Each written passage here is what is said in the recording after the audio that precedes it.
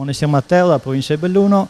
Ho fatto dei tortelloni ripieni di patate bianche e timo, erbe un po' di erbe aromatiche, con un ragù tagliato a coltello di agnello, cotto normalmente con un po' di vino Cabernet e un po' di pancetta di maiale per dargli un po' di grassezza.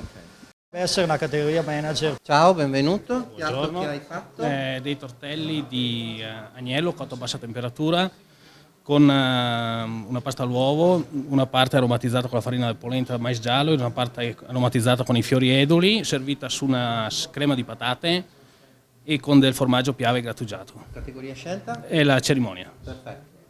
Grazie, buon lavoro.